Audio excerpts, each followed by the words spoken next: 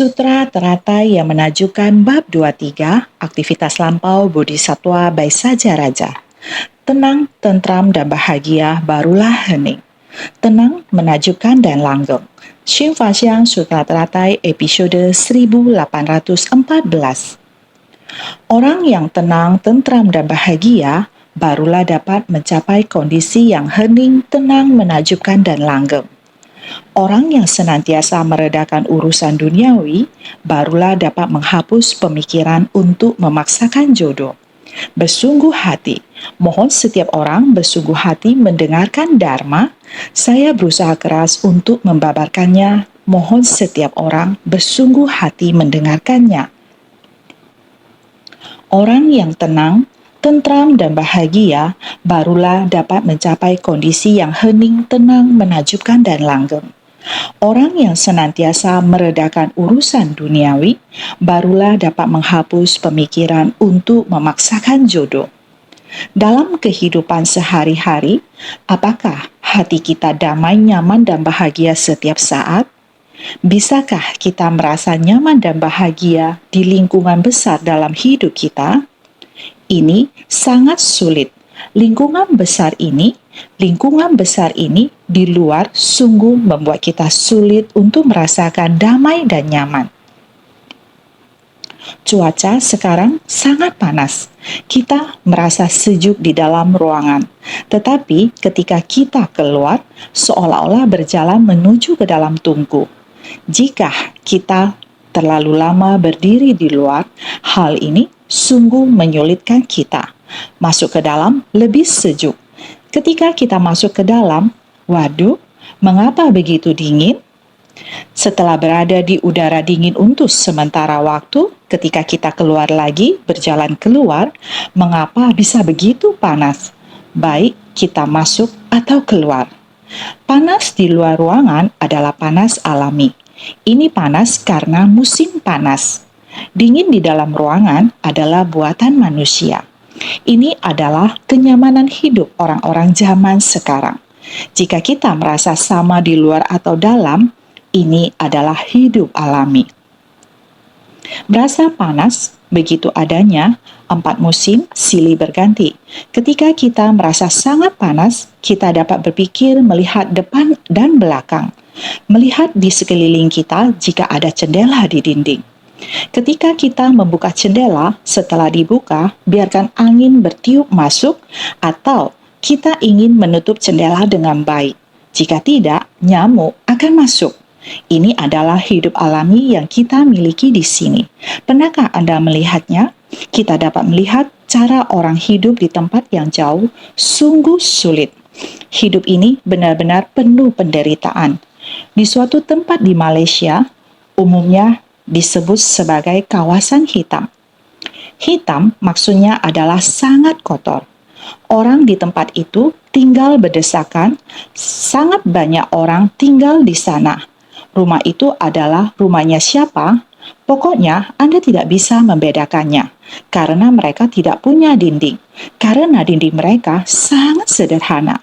Kain sobek, kardus sobek, demikian dijejalkan seperti ini. Ini adalah dinding mereka. Di luar, mana ada pintunya? Bisa terlihat kehidupan mereka. Apakah mereka bisa melihat langit? Tidak terlihat langit. Karena di sekeliling mereka, bagian atasnya juga sama ditutupi kain robek. Kain plastik yang koyak juga dijejalkan. Kardus dan lembaran seng yang koyak diselipkan. Pada dasarnya, mereka tinggal di bawah satu atap. Apakah kaki mereka menyentuh lantai? Tidak ada tanah di bawah mereka. Karena mereka melanggar hukum dengan membangunnya di atas laut. Bangunan yang terapung. Lihat, mereka berjalan di atasnya. Sekali tidak hati-hati, bisa jatuh ke laut. Tiang-tiang bambu yang kecil, papan yang rusak, demikian dibentangkan, demikian disambung. Melihat mereka sedang berjalan kaki, satu orang diikuti orang lain. Berjalan berdua, kakinya bukan berjalan seperti ini. Dia harus berjalan seperti ini, dan seperti ini. Melihat mereka berjalan dengan sangat mudah, malahan Orang yang hendak masuk untuk berkunjung, ketakutan berteriak. Tiap langkah adalah berbahaya. Orang yang melihat juga merasa bagaimana dapat melewatinya. Kita, orang yang berasal dari luar, tidak terbiasa berada di lingkungan seperti ini. Orang sana yang hidup di tempat seperti itu sangat gembira. Melihat anak-anak sana tertawa sangat lugu dan hidup dengan sangat alami. Anak-anak di dalam sana ada yang bertiga atau berlima. Bertiga atau berlima dalam satu kelompok. Mereka sedang apa di sana? Sepertinya sedang berjudi kartu, bermain batu. Sepertinya semua ada yang menang dan kalah, berjudi beberapa koin. Melihatnya, saya merasa sangat tidak tega, karena semua ini terlihat amat biasa bagi mereka. Pada awalnya, relawan Ciji tidak ada yang berani mendekati mereka. Orang biasa tidak ada yang berani, karena desas-desus ada penculikan dan pembunuhan. Penculikan, pembunuhan, perampokan, siapa yang berani mendekati tempat itu? Namun, ada satu relawan Ciji yang berusia senior bilang, "Kita telah menerima kasus ini. Jika tidak kunjungi dia, berarti kita lalai. Jadi, tetap masih harus ke sana. Jika kalian tidak berani ke sana, biar saya yang ke sana. Karena usia saya juga sudah tua." Dan dia berangkat ke sana. Dia sendirian berangkat ke sana. Saat mau masuk, sangat takut. Papanya sudah banyak yang rusak. Jika ada yang patah, akan sangat mengerikan. Tapi tetap maju dengan berani dan saat pulang melaporkan. Sangat menderita generasi demi generasi, sangat kasihan. Kehidupan orang di sana begini, dan begini. Sehingga membagikan hati welas asih semua orang, mempersiapkan bahan bantuan, melewati papan yang sangat sulit dilalui itu, dan jalan yang sangat berbahaya. Yang depan jalan duluan, yang belakang ikut.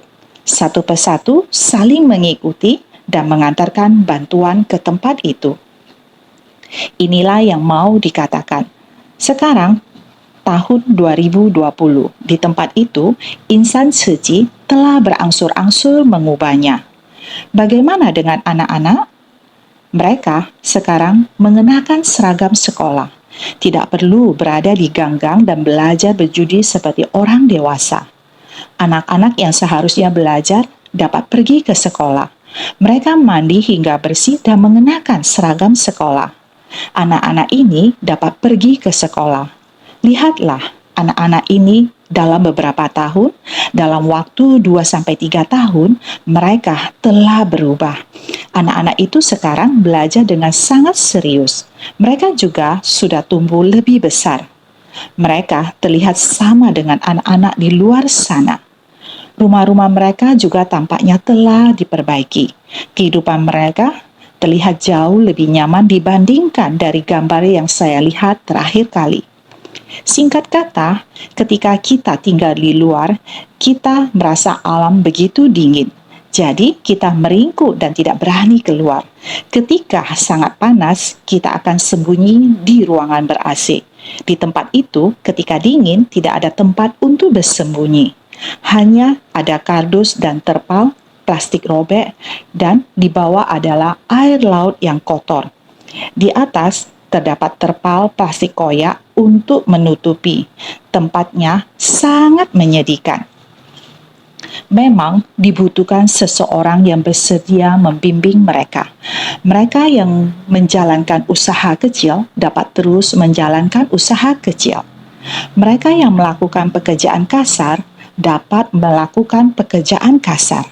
Anak-anak yang bersekolah juga dapat terus bersekolah. Secara perlahan, hidup mereka telah berubah. Ini disebut mengubah kehidupan.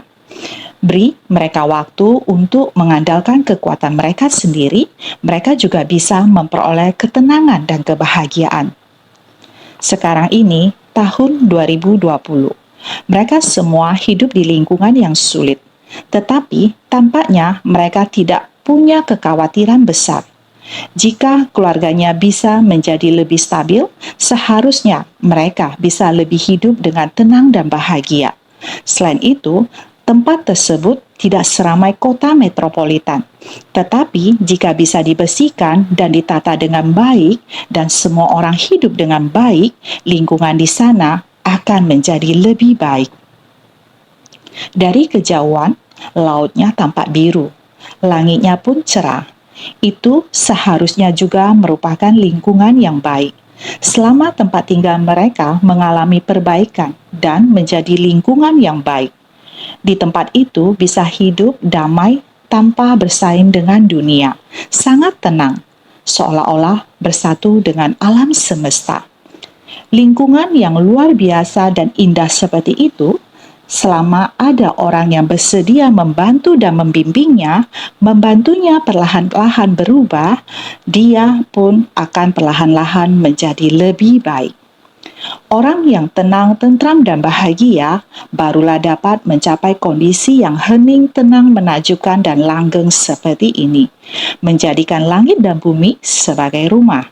Menjalani kehidupan di atas permukaan laut sepertinya memang sudah menjadi cara hidup mereka selama beberapa generasi.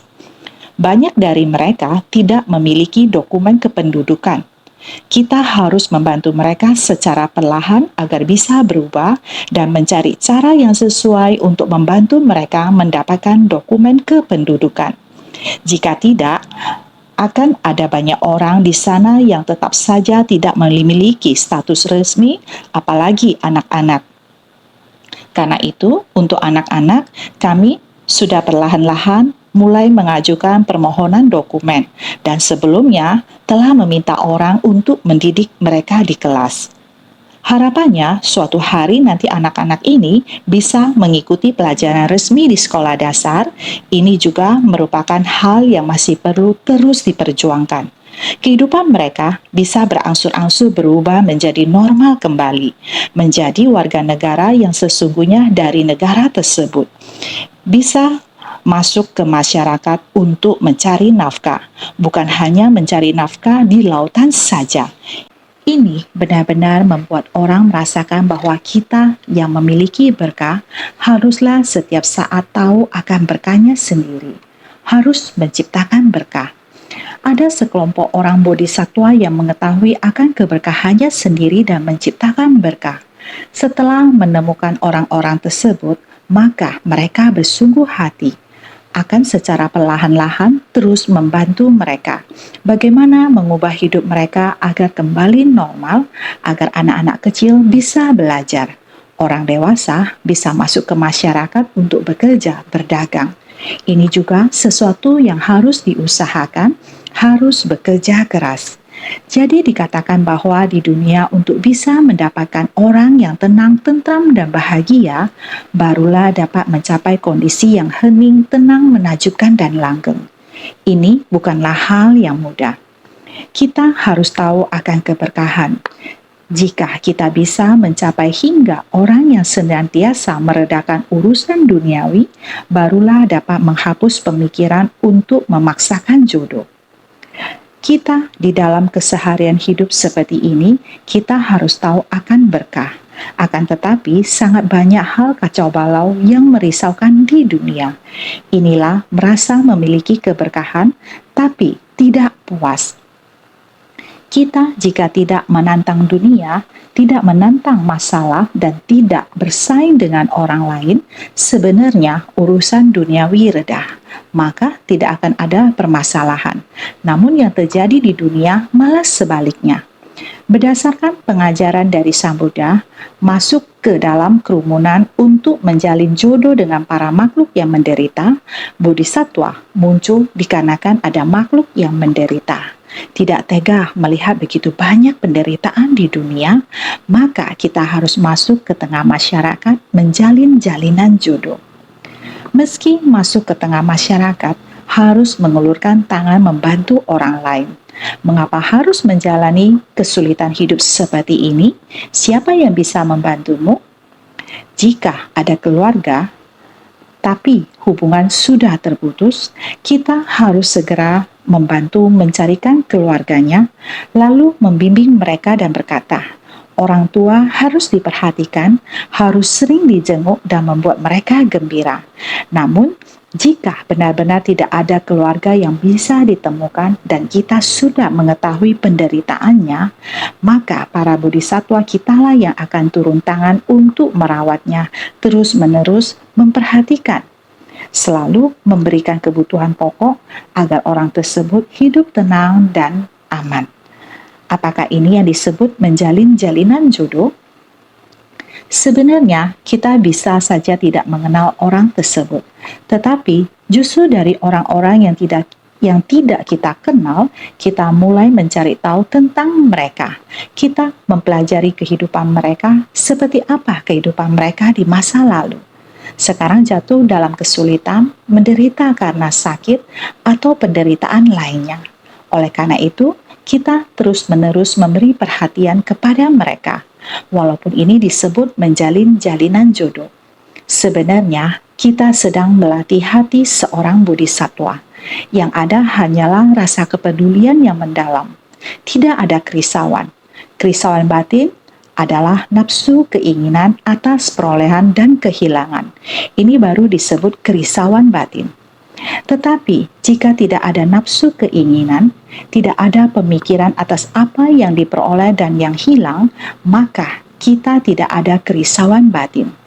Kita bersumbangsi demi semua makhluk hidup, menggerakkan seluruh kekuatan kita. Kita menemukan penderitaan mereka dan membantu semampu kita. Ini merupakan cinta yang murni.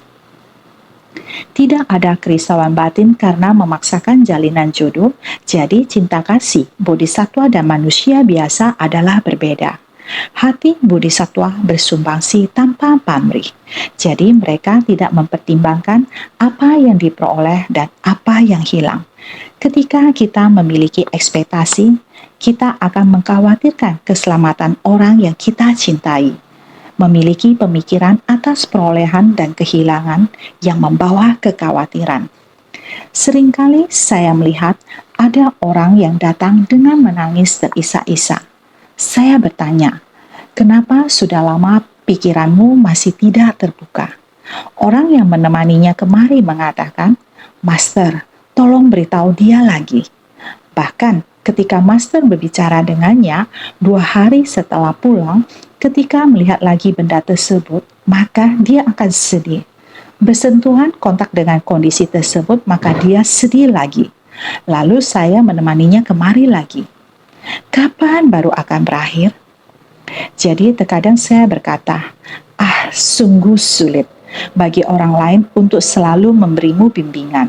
Kamu harus bergabung ke sini, cari kesempatan untuk menasihati yang lain. Karena kamu sendiri mengalaminya, jadi kamu mencari orang yang kondisinya sama dan berikan mereka bimbingan. Inilah saling bekerja sama. Mereka menceritakan pengalamannya kepada orang yang kondisinya mirip dan memiliki pengalaman yang serupa. Mereka bisa lihat kesulitan masing-masing dan saling memberikan bimbingan. Kadang-kadang kita perlu memanfaatkan kekuatan seperti ini. Terkadang, ketika melihat dari komunitas itu datang, bagaimana kita dapat membantu mereka, seperti komunitas yang baru saja kita bahas. Bukankah kita harus membantu mereka mencari tempat dengan cepat, mencari sepetak lahan untuk mereka membangun rumah agar mereka dapat pindah? Ini sudah tidak mungkin karena banyak dari mereka tidak memiliki dokumen, itu juga tidak akan berhasil. Singkat kata, ada banyak hal yang membawa penderitaan, meskipun ini hanya beberapa huruf yang kita tulis secara mudah. Sebenarnya di dalamnya mengandung banyak. Yang ingin kita ungkapkan sangat banyak. Sama halnya dengan Buddha Dharma, dalam sekelompok kata yang sederhana, membahas begitu banyak hal duniawi. Mungkin tidak terlihat pada permukaan. Ketika masuk ke dalamnya, banyak hal untuk dibabarkan. Maka kita harus bersungguh hati. Pada setiap pembukaan saya berkata, dengan sepenuh hati memahami, benar, bersungguh hati. Bagian naskah sutra sebelumnya menggambarkan dengan kondisi pada saat itu dengan sangat sederhana. Kita baru memulai pada bab aktivitas lampau Bodhisatwa Baisaja Raja, baru memulai membicarakan lingkungan. Lingkungan sangat sederhana, maka kita membaca huruf untuk menggambarkan lingkungan tersebut. Naskah sutra sebelumnya mengatakan demikian. Buddha itu memiliki pengikut berupa 8 miliar bodhisattva mahasatwa agung dan sekumpulan Sravaka agung yang berjumlah sebanyak butiran pasir pada 72 sungai Gangga. Panjang usia Buddha adalah 42.000 kalpa. Panjang usia bodhisattva juga sama. Bab 23, aktivitas lampau bodhisattva Baisaja Raja. Kemarin sudah dikatakan, kelihatannya seperti angka yang sangat sederhana. Ia sangat sulit untuk dihitung. Sangat sulit dihitung. Kamu harus bagaimana menghitungnya? 8 miliar bodhisattva mahasatwa agung. 8 miliar. Bodhisattva yang begitu banyak. 8 miliar kedengarannya sangat sederhana. Tetapi butiran pasir pada 72 sungai Gangga harus mulai membahas dari mana butiran pasir pada 72 sungai Gangga ini, bagaimana mulai menghitungnya, juga tidak ada cara untuk mengatakannya, juga tidak ada cara menghitungnya. Ini harus bagaimana menghitungnya? Singkatnya dengan satu kata, yaitu sangat banyak, jumlah yang tak terhingga. Para Sravaka itu Sravaka agung. Buddha sejak mencapai kebudaan membina diri di banyak kehidupan. Jodoh dengan para makhluk yang terjalin di banyak kehidupan. Jumlah dari Sravaka yang telah dibimbing sudah tidak bisa dihitung. Dengan begini bisa lebih sederhana. Berapa panjang usia Buddha? 42.000 kalpa. Satu kalpa adalah sangat panjang. Dari usia manusia 10 tahun, tambahkan 1 tahun setiap 100 tahun. Terus, bersambung, tambahkan 1 tahun setiap 100 tahun. Terus bertambah sampai usia manusia mencapai ratusan tahun. Terus bertambah sampai usia manusia mencapai 84.000 tahun. Baru mulai lagi melewati 100 tahun, kurangi 1 tahun. Melewati 100 tahun lagi, kurangi 1 tahun. Terus dikurangi sampai usia manusia mencapai umur 10 tahun. Dengan demikian baru dinamakan kalpa dari pengurangan dan penambahan. Hanya kalpa dari pengurangan dan penambahan saja. Sudah sangat sulit menghitungnya, apalagi 42.000 kalpa. Ini harus bagaimana menghitungnya? Hanya bisa dengan satu kalimat, tak terhingga dan tak terhitung. Panjang usia bodhisattva juga sama. Usia para bodhisattva itu adalah begitu panjang. Bukan hanya orangnya banyak saja, usia dari bodhisattva juga sama panjangnya. Begitu banyak orang, begitu banyak bodhisattva. Usia yang begitu panjang, ini adalah di negeri itu. Kondisi dari negeri itu, pada tanah itu tidak terdapat wanita, makhluk penghuni neraka, setan kelaparan, binatang, asura, dan lainnya. Juga tiada segala kesulitan. Buminya datar bagaikan telapak tangan, terbentuk dari lapis lazuli dan dihiasi dengan pohon mustika. Bab 23, aktivitas lampau bodhisattva Baisaja Raja. Dengan demikian, kita dapat melihat betapa bersihnya negeri itu.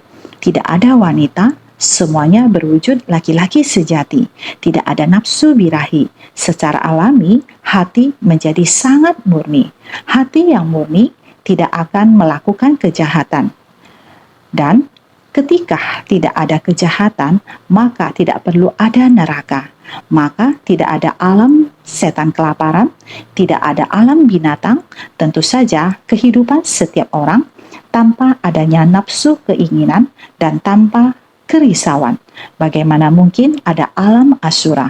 Tentu saja tidak ada lagi. Sehingga negeri itu sangat datar, datarnya seperti saat Anda mengulurkan tangan. Telapak tangan yang seperti ini begitu rata. Beginilah kondisi dari negeri tersebut. Jadi terbentuk dari lapis lazuli, maksudnya adalah seluruh negeri itu terbentuk dari lapis lazuli. Saya mendengar saat ini sedang membangun rumah, para arsitektur menyarankan bagian rumah ini dibuat menggunakan kaca. Kaca yang berwarna. Di siang hari seluruh kaca di ruangan ini bisa berubah warna. Bisa berubah jadi hijau, berubah biru, atau warna lain. Kaca yang bisa berubah warna. Oh, kenapa harus repot itu? Tahukah Anda, berada di bawah kaca itu akan sangat panas.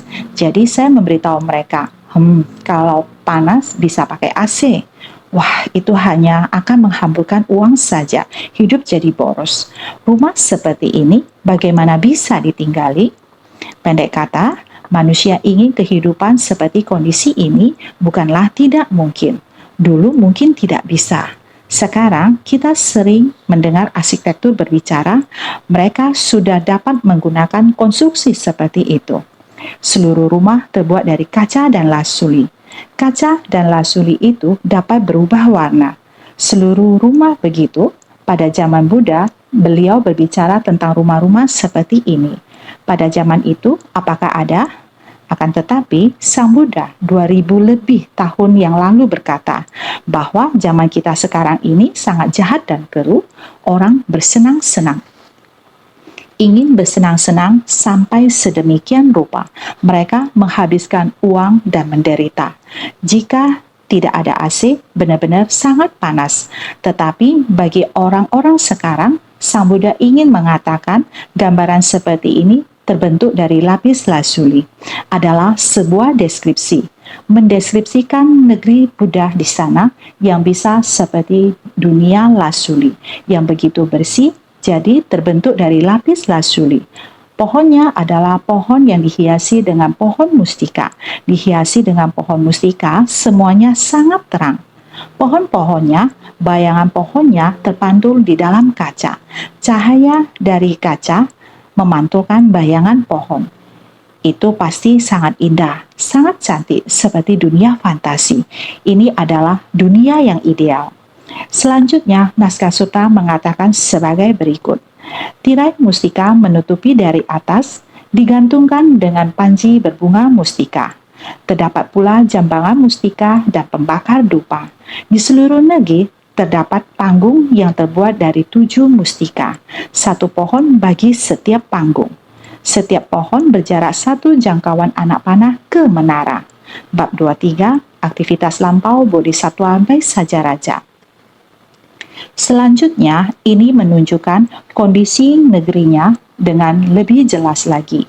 Wujud panggung dan pavilion serta ajaran sutra yang dibabarkan.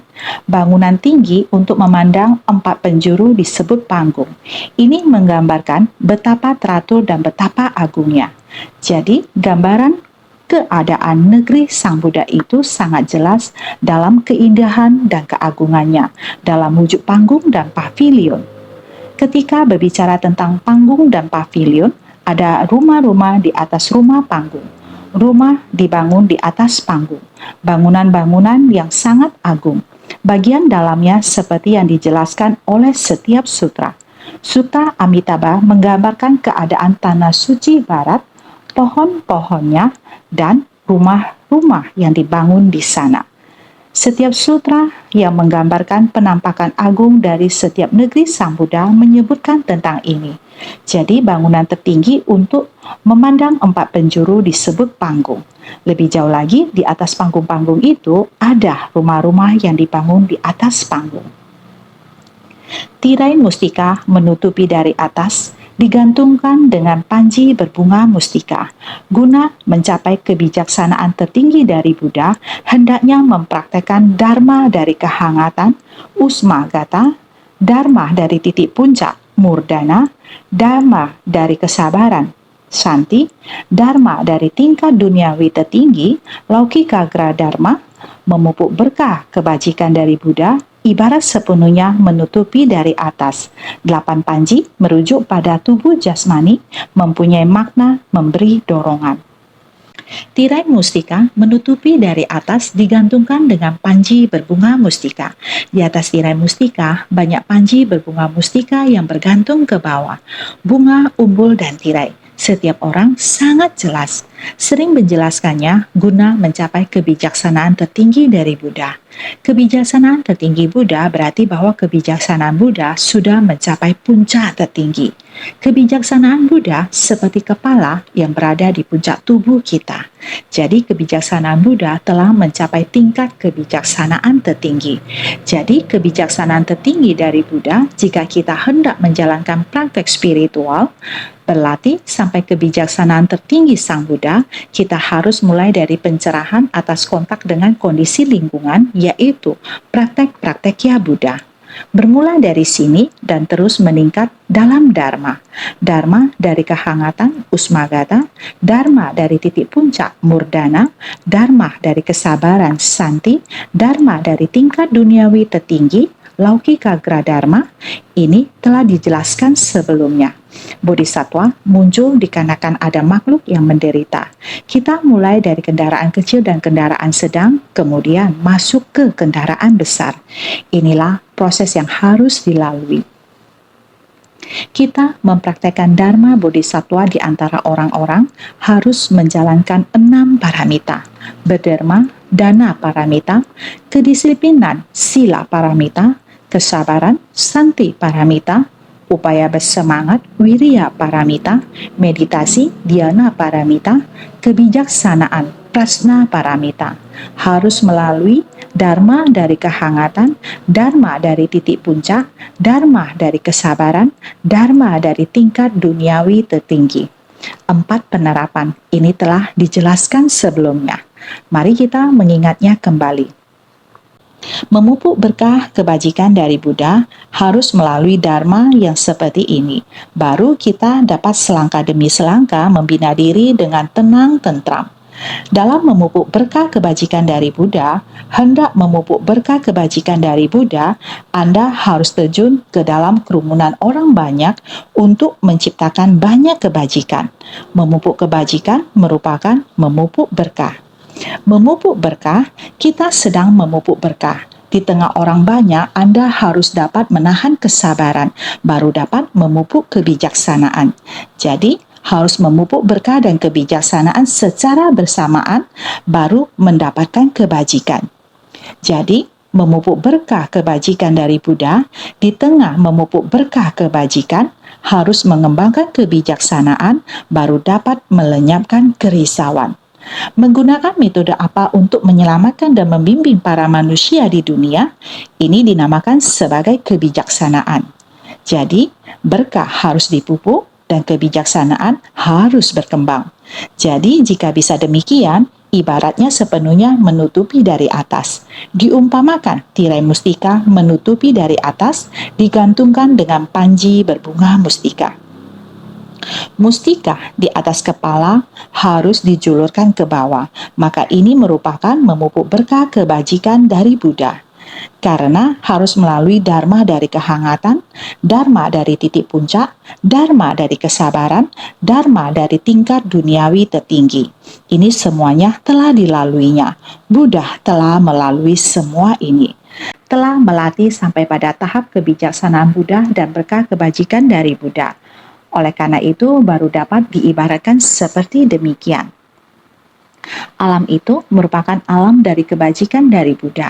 Jadi, ibarat sepenuhnya menutupi dari atas. 8 panji merujuk pada tubuh jasmani. Ditunjukkan seperti itu, perwujudan seperti ini. Rupang Buddha mempunyai makna memberi dorongan. Artinya seperti itu. Terdapat pula jambangan mustika dan pembakar dupa. Jambangan mustika dipenuhi dengan bunga, hendaknya menjaga mulut layaknya jambangan.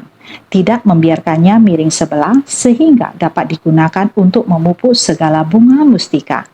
Pembakar dupa mustika digunakan untuk membakar dupa. Pembakar dupa merujuk pada batin, keharuman merujuk pada keyakinan. Terdapat pula jambangan mustika dan pembakar dupa. Jambangan mustika yaitu pot untuk bunga. Menaruh bunga di dalamnya seperti ini dan pot akan dipenuhi oleh bunga. Oleh karena itu, hendaknya menjaga mulut layaknya jambangan. Bagaimana kita dapat memasukkan Dharma ke dalam hati kita? Bagaimana kita dapat menyebarkan Dharma dari hati kita? Semua bunga ini terus ditumpuk menyebar dengan agung. Orang dapat menyebarkan dharma, kita harus menyebarkan dharma dan membuatnya berkembang, agar dharma dapat lebih padat.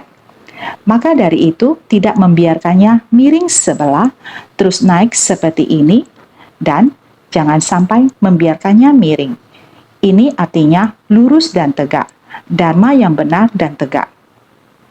Maka dapat digunakan untuk memupuk segala bunga mustika. Kita harus menumbuhkan kebajikan dengan baik, dapat digunakan untuk memupuk segala bunga mustika. Kita harus menumbuhkan kebajikan dengan baik, kita harus selalu dapat menggunakan kebajikan Buddha untuk memperagung segalanya. Kebajikan Buddha memperagung di dunia, memperagung negeri Buddha, ini disebut memupuk. Kebajikan Buddha memelihara dunia ini. Dengan adanya kebajikan Buddha, baru ada cara untuk menyelamatkan para makhluk. Semua makhluk memiliki kebajikan Buddha untuk diteladani. Maka memiliki teladan seperti itu, dengan sendirinya mereka akan terus meniru dan melatih diri. Ini yang disebut Dharma. Pembakar dupa mustika digunakan untuk membakar dupa, itulah dupa Dharma. Dupa itu bagaikan tungku api kita, ada dharma dan ada dupa. Ini sering disebut dengan sim fasyang. Di dunia ini begitu agung, seakan dihiasi bunga, sangat agung harumnya. Maka pembakar dupa merujuk pada batin. Pembakar dupa ini diibaratkan batin kita. Kita menyerap segala dharma ke dalam batin, menjadi keharuman ladang batin. Keharuman ladang batin adalah bersih dan jernih tanpa noda. Jika ladang batin kita bau busuk, berarti banyak benda tercemar di dalamnya. Ini yang sering saya katakan belakangan ini, harus bervegetaris. Bervegetaris dapat memupuk cinta kasih dalam batin kita. Vegetaris menghargai semua jiwa kehidupan. Kita jangan memakan dagingnya, jangan mengunyah tulangnya. Ini adalah yang terpenting. Bukan saja perut kita, jangan menyimpan daging busuk ini. Benda lain yang bisa membusuk, bahkan kita juga jangan memelihara mereka. Jangan membunuh mereka. Kembali ke pembicaraan pokok, jika kita tidak memakan dia, maka tidak akan ada yang memelihara lagi. Walaupun 5 kekeruhan, semuanya sama memiliki kekeruhan para makhluk. Akan tetapi, jika manusia tidak membunuh semuanya, maka tidak menciptakan karma buruk, sehingga tidak ada lagi alam binatang, tidak ada lagi alam neraka, tidak ada alam setan kelaparan. Karena batin semua orang sudah terpelihara dengan sangat tenang, tidak melakukan kejahatan, dengan sendirinya dia tidak akan terjatuh ke alam binatang. Maka dapat dikatakan kita harus memelihara batin, memelihara sifat, supaya batin kita menjadi wangi semerbak. Jika batin kita wangi semerbak, berarti batin manusia bersih dan murni. Batin manusia bersih jernih tidak menciptakan karma buruk. Dengan sendirinya tidak ada lagi 3 alam rendah. Maka pembakar dupa merujuk pada batin, keharuman merujuk pada keyakinan. Kita harus yakin pada ajaran dari Buddha dan kita harus praktek sesuai ajaran. Ajaran Buddha adalah kita harus membina diri, maka di seluruh negeri terdapat panggung yang terbuat dari 7 mustika, 1 pohon bagi setiap panggung. Panggung adalah singgasana mustika.